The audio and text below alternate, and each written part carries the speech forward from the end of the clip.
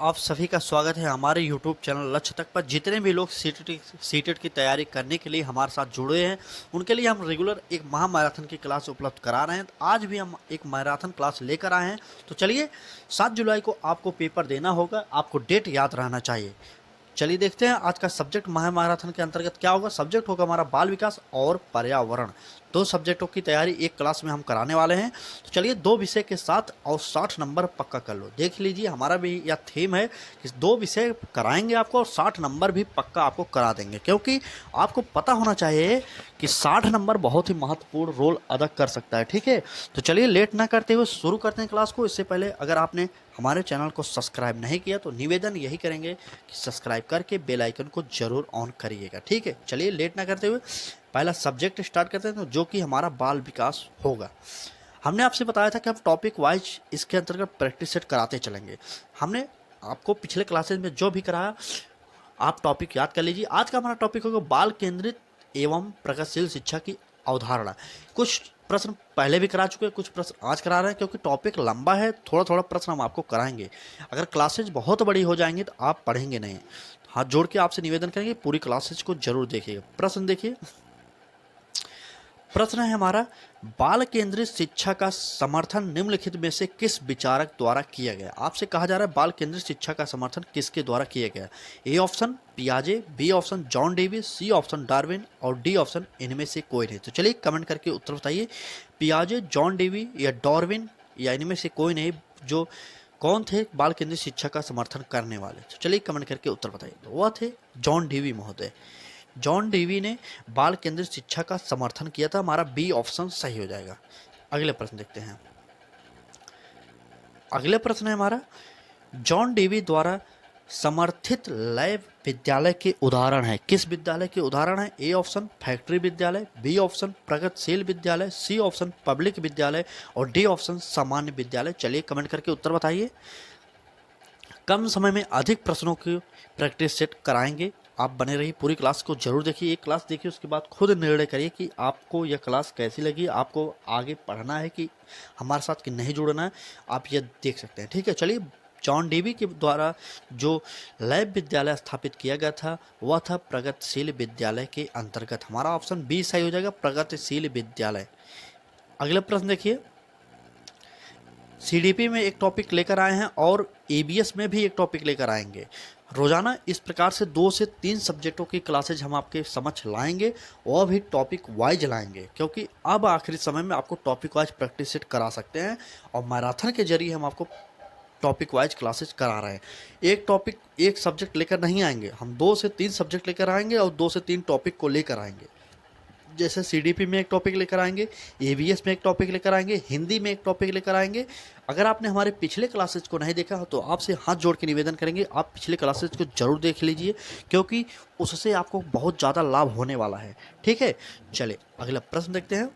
प्रश्न है हमारा, बाल केंद्रित शिक्षा के क्षेत्र में निम्नलिखित में से किस भारतीय शिक्षाविद की भूमिका सर्वाधिक उल्लेखनीय रही है। ठीक है, A option Arvind Ghosh, B option Mahatma Gandhi, C option Giju Bhai. आपको पता होना चाहिए गिजू भाई बधेका को मूछों वाली माँ कहा जाता है। ठीक है, और रविंद्रनाथ टैगोर। चलिए बताइए, उत्तर बताइए। रविंद्रनाथ टैगोर को 1913 में गीतांजलि पुस्तक के लिए नोबेल प्राइज मिला था, आपको पता होना चाहिए। ठीक है, चलिए तो उत्तर जो क्या होगा बताइए। बाल केंद्रित शिक्षा के क्षेत्र में निम्नलिखित में से किस भारतीय शिक्षाविद की भूमिका सर्वाधिक उल्लेखनीय है। तो वह हो जाएंगे गिजू भाई बधेका। हमने आपसे पहले बताया कि बच्चे प्यार से इन्हें मूछों वाली माँ कहते थे, इसलिए हमारा उत्तर यही हो जाएगा, सी ऑप्शन गिजू भाई। अगला प्रश्न देखिए, एक बार क्लास को शेयर कर दीजिए। अगर चैनल पर नए हो, सब्सक्राइब नहीं किए तो बेल आइकन को सब्सक्राइब करके जरूर ऑन करिए, जिससे आपको नोटिफिकेशन मिलता रहे। और जितने भी लोग हमारे साथ जुड़े हैं हम उनसे हाथ जोड़ के निवेदन करते हैं कि पूरी क्लासेज को रोजाना दोपहर 1 बजे हमारी क्लासेज को जरूर देखिएगा, क्योंकि अब आपके पास जो 1 महीने का समय बचा है बहुत ही महत्वपूर्ण है। इसलिए हम 1 महीने के अंतर्गत हम आपको सीडीपी के सभी टॉपिक, ईबीएस के सभी टॉपिक, हिंदी के सभी टॉपिक, इन सभी टॉपिकों को क्लियर करा देंगे। तो बस आप जुड़े रहिए और पूरी क्लासेज को देखते रहिए। चलिए अगला प्रश्न देखिए, शिक्षा के अंतर्गत पिछड़े हुए और मंदबुद्धि तथा प्रतिभाशाली बालकों के लिए शिक्षा का विशेष पाठ्यक्रम देने का प्रयास किया जाता है। किसके अंतर्गत? ए ऑप्शन प्रगतिशील शिक्षा, बी ऑप्शन नवीन शिक्षा, सी ऑप्शन बाल केंद्रित शिक्षा, यहाँ पर केंद्रित हो जाएगा, थोड़ा सा मिस्टेक हो गया, और डी ऑप्शन सर्व शिक्षा अभियान। चलिए क्या हो जाएगा बताइए, उत्तर बताइए जल्दी से। आप लोग कमेंट करते रहिए ताकि आपको उत्तर याद होता रहे, ठीक है। कमेंट अगर आप करते रहेंगे तो आपको उत्तर याद होता रहेगा, इसलिए कमेंट करना बहुत ही जरूरी हो जाएगा, ठीक है। चलिए उत्तर बताइए क्या हो जाएगा, चलिए जल्दी से कमेंट करिए, उत्तर बताइए। शिक्षा के अंतर्गत बात की गई है, चलिए चलिए चलिए जल्दी से कमेंट करिए, जल्दी से चलिए जल्दी से कमेंट करके उत्तर बताइए। इस प्रश्न का उत्तर बताइए। शिक्षा के अंतर्गत पिछड़े और मंदबुद्धि बालक की बात की गई है। चलिए जल्दी से बताइए, जल्दी से उत्तर बताइए। इस प्रश्न का हम उत्तर आपके समक्ष तब प्रस्तुत करेंगे जब आप पहले उत्तर देंगे, सही हो या गलत हो, लेकिन आप पहले उत्तर दीजिए, ठीक है। चलिए हो सकता है, चलिए चलिए शिक्षा के अंतर्गत पिछड़े हुए और मंदबुद्धि बालक, आप लोग कमेंट नहीं कर रहे हैं लेकिन आपको कमेंट करना चाहिए, ठीक है। तो हमने आपको जो प्रश्न बताया वो था हमारा बाल केंद्रित शिक्षा, हमारा सी ऑप्शन सही हो जाएगा। यहाँ पर थोड़ा सा मिसप्रिंट बाल केंद्र लिखा गया है, लेकिन इसे केंद्रित बना लीजिए, ठीक है। इसे केंद्रित बना लीजिए, हम आपसे माफी चाहते हैं, मिसप्रिंट हो गया, बाल केंद्रित बना लीजिए, ठीक है। चलिए अगला प्रश्न देखते हैं। अगला प्रश्न है हमारा, वर्तमान समय में बाल केंद्रित शिक्षा पर जोर दिया जाता है, निम्नलिखित में से कौन सी बाल केंद्रित शिक्षा की विशेषता नहीं है? यहाँ पर देख रहे हैं नहीं है। सभी प्रश्नों को ध्यान से पढ़िएगा, क्योंकि अगर आप ध्यान से नहीं पढ़ेंगे आप गलती जरूर करेंगे, यकीन मानिए। तो चलिए ए ऑप्शन देखते हैं, बालक के सर्वांगीण विकास पर जोर देना, बी ऑप्शन बालक के मनोविज्ञान को समझना, सी ऑप्शन बालक को केवल तथ्यात्मक ज्ञान से अवगत कराने पर जोर देना, और डी ऑप्शन बालक के मनोविज्ञान को समझते हुए उसकी समस्याओं को दूर करना। चलिए कमेंट करके उत्तर बताइए। वर्तमान समय में बाल केंद्रित शिक्षा पर जोर दिया जाता है, निम्नलिखित में से कौन सी बाल केंद्रित शिक्षा की विशेषता नहीं है? तो क्या नहीं होगा, कमेंट करके उत्तर बताइए। चले तो क्या नहीं होगा, बालक को केवल तथ्यात्मक ज्ञान से अवगत कराने पर जोर देना। अगर केवल शब्द लग गया तो मतलब वह गलत हो जाएगा, इसलिए हमारा सी ऑप्शन गलत हो जाएगा, यह नेगेटिव शब्द था, ठीक है। चले क्लास को शेयर अपने मित्रों तक जरूर करिए। अगर आप लोग शेयर नहीं करेंगे, क्लास पूरी क्लासेज को नहीं देखेंगे, तो हमारे क्लासेज कराने का कोई मतलब नहीं। हम क्लासेज को बंद भी कर सकते हैं, क्योंकि इससे मुझे पैसा नहीं मिलता। आपको देख कर पता होगा कि हमारे चैनल पर मोनेटाइजेशन ऑन नहीं है। जो प्रचार आता है वो यूट्यूब अपने आप दे देता है, क्योंकि हमारा चैनल थोड़ा पुराना हो गया है। तो इसलिए आप लोग सहयोग करते रहिए और शेयर करते रहिए। हम आपको अच्छे से अच्छे प्रश्नों को प्रोवाइड कराने की पूरी कोशिश करेंगे। इससे पहले मैंने खुद यूपी टेट, सी टेट और रीट जैसी परीक्षाओं को पास किया है, और सीडीपी जो सी टेट की थी उसमें हमने 30 में 30 नंबर पाया, पूरी पूर्णांक हमने हासिल किया, और अपनी मार्कशीट भी अपने यूट्यूब चैनल पर अपलोड कर दिया शॉर्ट वीडियो के तहत।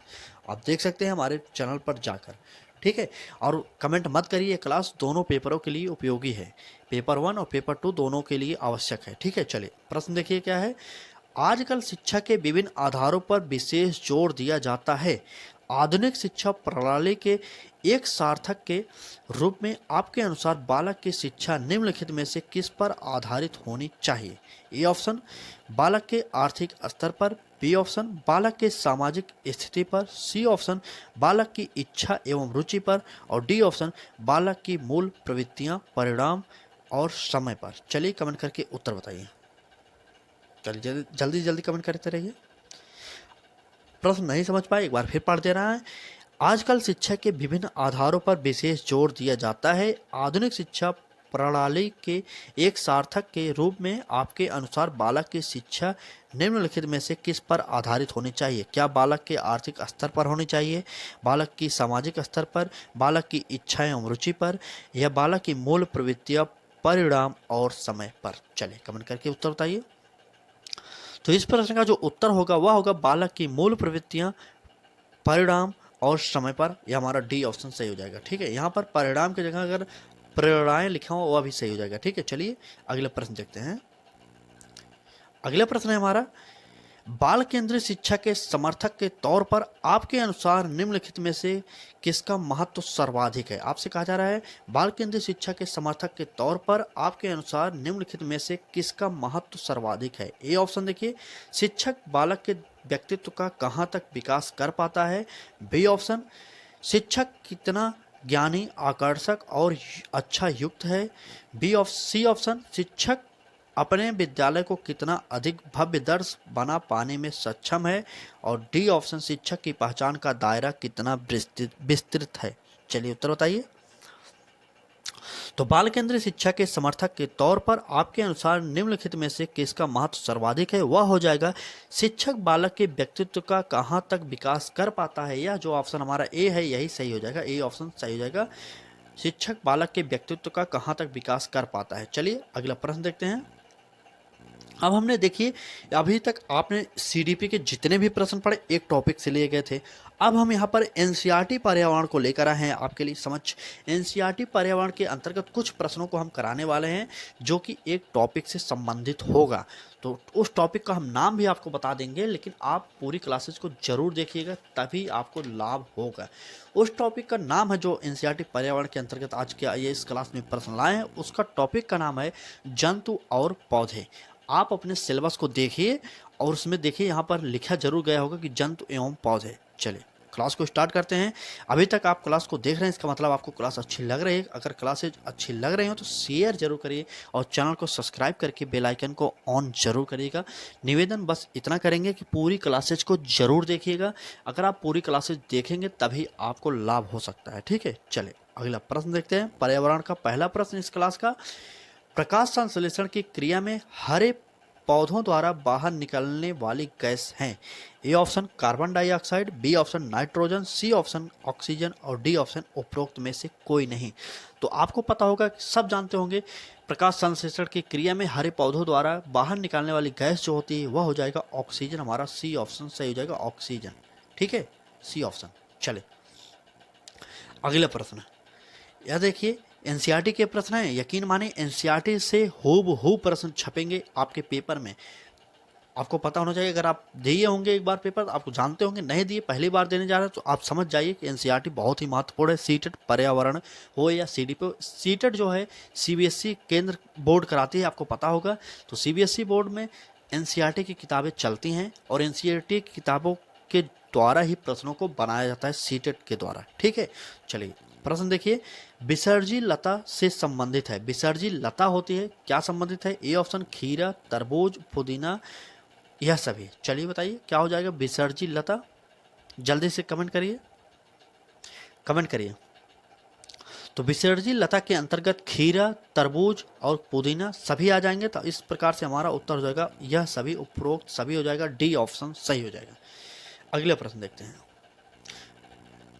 तो रोजाना दोपहर 1 बजे में हमारी क्लासेज होती हैं। अगर आप अपने चैनल को सब्सक्राइब करके बेल आइकन को ऑन किया होगा तो आपको नोटिफिकेशन मिल जाता होगा जैसे ही हमारे चैनल के माध्यम से आपको वीडियो प्रोवाइड की जाती होगी, ठीक है। तो लेट ना करते हुए जुड़िए आज ही हमारे साथ, क्योंकि अब अंतिम समय है। अगर अब आप नहीं जुड़ेंगे आपको पछताना बहुत पड़ेगा, ठीक है। चलिए अगर आप कहेंगे कि ये टॉपिक वाइज एनसीईआरटी के प्रश्न ना लेकर पेडागोजी एनसीईआरटी का प्रश्न एबीएस में कराएं, वह भी हम आपको करा सकते हैं, ठीक है। चलिए प्रश्न है, बीजांड पाया जाता है। चलिए बताइए, बीजांड पाया जाता है, उत्तर बताइए। फल में, फूल में, पत्ती में, तने में, किस में पाया जाता है बीजांड? कमेंट करके जल्दी से बताइए, बीजांड पाया जाता है। चलिए तो बीजांड किस में पाया जाता है? तो बीजांड पाया जाता है फूल में। बीजांड फूल में पाया जाता है, फूल में पाया जाता है बीजांड। चलिए अगला प्रश्न देखिए।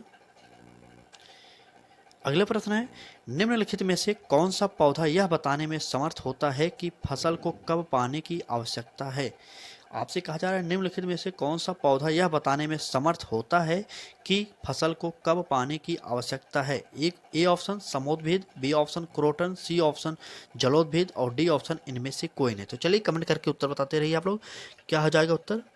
चलिए तो आप क्रोटन एक पौधा होता है, आप नहीं जानते होंगे लेकिन जान जाइए, क्रोटन एक पौधा है जिसके माध्यम से हम यह पता कर सकते हैं कि फसल को पानी की आवश्यकता है कि नहीं है, ठीक है।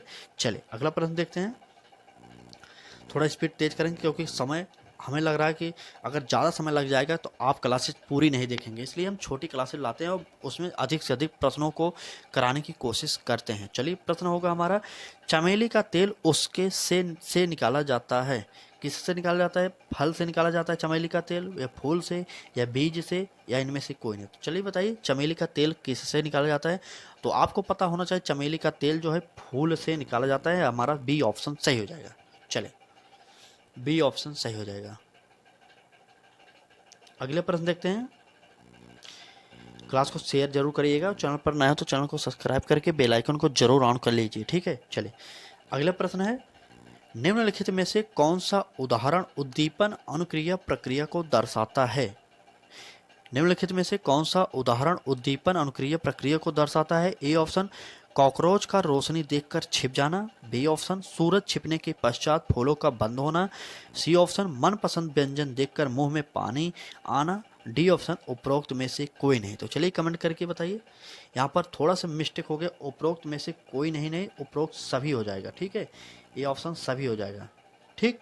तो यही हमारा ऑप्शन सही हो जाएगा। यहाँ पर मिसप्रिंट हो गया, तो यही यकीन मानिए यह गलत हो गया, इसलिए सभी यहाँ पर सभी सही हो जाएंगे, ठीक। चलिए हम सभी पे टिक कर दे रहे हैं, यह भी सही होगा, यह भी सही होगा और सी भी सही होगा, सभी सही हो जाएगा, ठीक है। चलिए आज की क्लास कैसी लगी? अगर क्लास अच्छी लगी तो लाइक करिए, चैनल पर नया हो तो सब्सक्राइब करके बेल आइकन को ऑन जरूर करिएगा। रेगुलर दोपहर 1 बजे में हमारे चैनल पर आपको मैराथन क्लासेस सीटेट के लिए प्रोवाइड कराई जा रही है, तो उसको देखिए और अपनी तैयारी को बेहतर दिशा में ले जाइए। चलिए आज की क्लास में बस इतना ही, कल फिर मिलेंगे दोपहर 1 बजे, तब तक के लिए धन्यवाद।